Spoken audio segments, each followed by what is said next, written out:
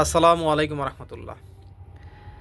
আজকে হাসনাত আবদুল্লাহ আজকে জুলাইয়ের যে স্মৃতি মনে করিয়ে দিলেন। উনি সেই আগের জার্সি, সেই আগের স্পিরিট নিয়ে উনি আজকে শপথ গ্রহণ অনুষ্ঠানে আসলেন। আমরা এরকম সৎ, নিষ্ঠাবান যে ক্ষমতা আসলে নিজেকে পরিবর্তন করে নেওয়া, এরকম কোনো রাজনীতিবিদ আমরা চাই না।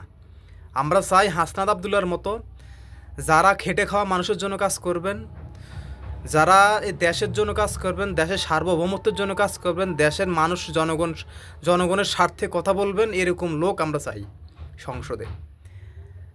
আজকে হাসনাত আবদুল্লাহ উনি সংসদ সদস্য হয়েছেন, কিন্তু অনেক সংসদ সদস্য আজকে নিজের সর্বোচ্চ যে জামা কাপড় স্যুট টাই পরে আজকে সংসদ যে অনুষ্ঠানে আসলেন, যে শপথ অনুষ্ঠানে, কিন্তু উনি পুরনো আগের সেই জার্সিটাই পরে আসলেন।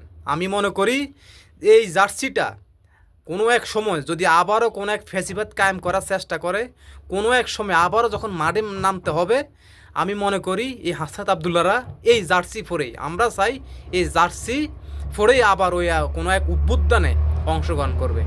আসসালামু আলাইকুম রহমতুল্লাহ।